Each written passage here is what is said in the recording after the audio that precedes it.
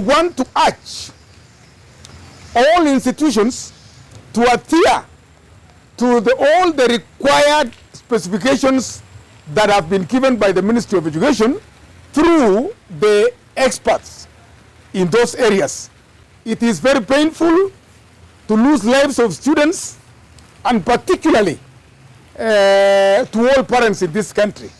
We therefore want to say pole and frequently remind that those specifications to be adhered without any further delay.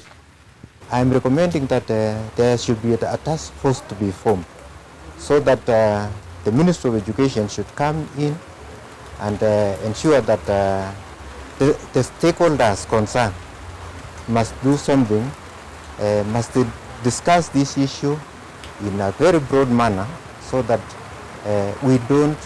so that this issue should be stopped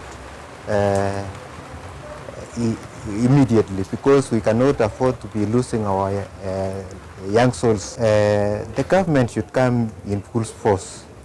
These things have been happening for a very long time, and there should be a solution to this thing definitely.